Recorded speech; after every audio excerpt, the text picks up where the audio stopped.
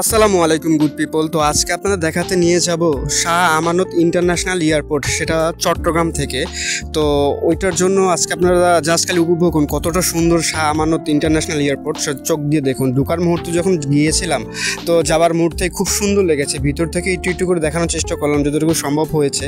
পরে বাহির হয়ে পুরোটা একদম পুরো ক্যাপচার করলাম। খুব সুন্দর লেগেছে, খুব সুন্দর একটা এয়ারপোর্ট। তো আসলে যারা গিয়েছেন তারা তো অবশ্যই সম্পর্কে এটা জানবেনই, কিন্তু যারা না গিয়েছেন তাদের জন্য আজকে এই ভিডিওটা। খালি জাস্ট চোখ দিয়ে দেখুন আর কতটা সুন্দর, জাস্ট ইমেজিং করুন। আমার কাছে ভালো লেগেছে তাই আপনাদের কাছে শেয়ার করা। আপনাদের ভালোবাসা পাওয়ার জন্য এরকম অনেক কষ্ট করে ভিডিও দিচ্ছি, কিন্তু আপনাদের ভালোবাসা খুব কম পাচ্ছি। তাই চাই আপনারা একটু আমাকে বেশি বেশি করে একটু ভালোবাসুন। যাই হোক, এটা শেষে যখন লাস্ট মোমেন্টে একদম পুরো এয়ারপোর্টের সাইডে গিয়ে এই জায়গায় আসলাম, তখন দেখলাম বাংলাদেশে একমাত্র বিমান 787 যেখানে মানে ঢাকা থেকে চট্টগ্রাম এসেছে তখনই ল্যান্ড করছিল। খুব দেখে ভালো লেগেছে যে আসলে চোখ থেকে বা কাছ থেকে চোখে দেখাটা, এরকম সুন্দর অনুভব করাটাই আসলে খুব সুন্দর ভাগ্যের বিষয়।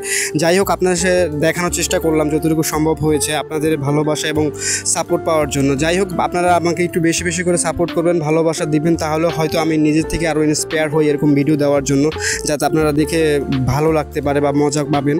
তো আপনাকে ভালো লাগলে ভিডিওটা শেয়ার করবেন।